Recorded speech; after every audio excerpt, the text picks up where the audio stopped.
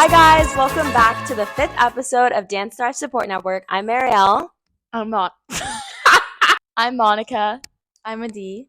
And today we're going to be talking about injuries. It's our second episode in the injury series. Adi's actually new, so if you want to just introduce yourself. I'm Adi, and I'm a sophomore, and currently I'm not dancing outside school.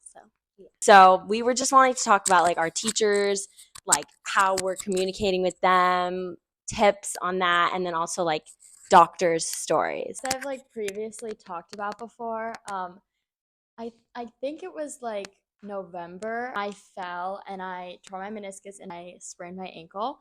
So I was out for a while. A big thing for me was that my teachers were understanding about it for sure, but sometimes it's distracting to have students sit out for long periods of time. To me, it looked like I was faking it, and I was super nervous to tell my teachers when I was in pain because I felt bad because I'd been sitting out for so long.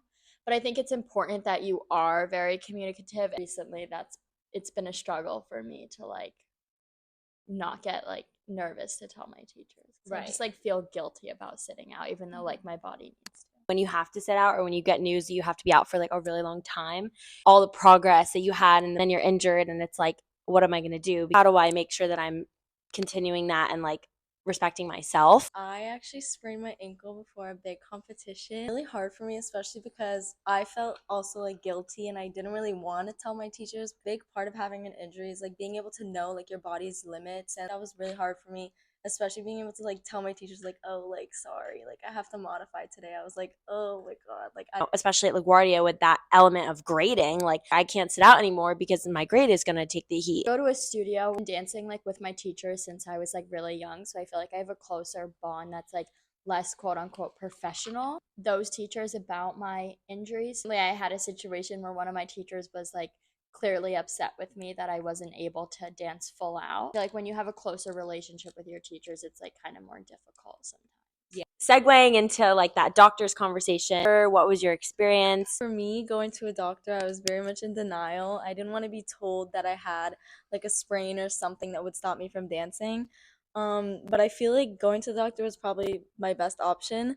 What I got from the sessions with the physical therapist, I was able to really take to my life now. And I think that it's really important to go to a doctor that has experience with the field of activity you do. Originally, I just went to a regular doctor. They were literally telling me that there was nothing wrong with my knee. Turned out I tore a meniscus, and I took the referral, and then we went to Harkness. What is it? It's NYU's affiliated physical therapy program for dancers, and they actually had one of the head physical therapists come to LaGuardia and teach us these 2 healthy body workshops, which were really helpful. Had a buddy, and she showed us everything to look for. We had a checklist, learn more about our bodies and learn what injuries we could be susceptible to because of the way our body's shaped, which I thought was really cool to do. We could ask her questions, and we're so lucky that they came, that we had that opportunity. When I was really young, I went to a normal orthopedist,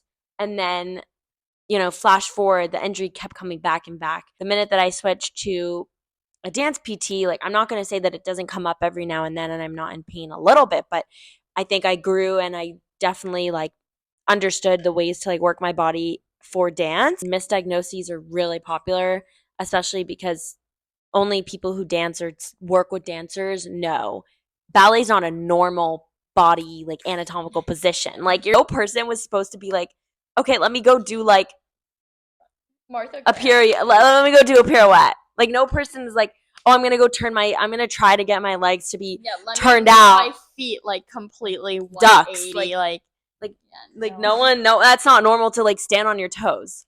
So point it's literally not normal. So the point is, no pun intended.